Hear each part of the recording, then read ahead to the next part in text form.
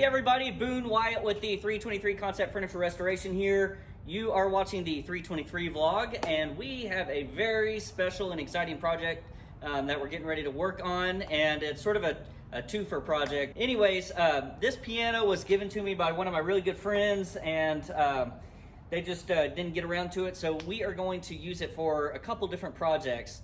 One, I'm really excited about this. I have some really good friends that are getting ready to have a baby, and I really like the idea of making a hope chest. Hope chests aren't as common as they used to be, but basically you store all your keepsakes in there and line it with cedar. It keeps all the moths out. But anyways, I'm hoping that I can salvage a lot of the pieces off of this old piano and use it for the hope chest. And at the same time, I'm wanting to turn this piano into something that somebody can use in their home as well, maybe a desk or a wine cabinet. So I actually haven't even decided. We are going into this project without an end product in mind, so I'll be improvising a lot of the way through this. So without further ado, let's jump into the video. Let's get started. And one of my favorite parts is dismantling the piece, and let's sort of get a vision for it.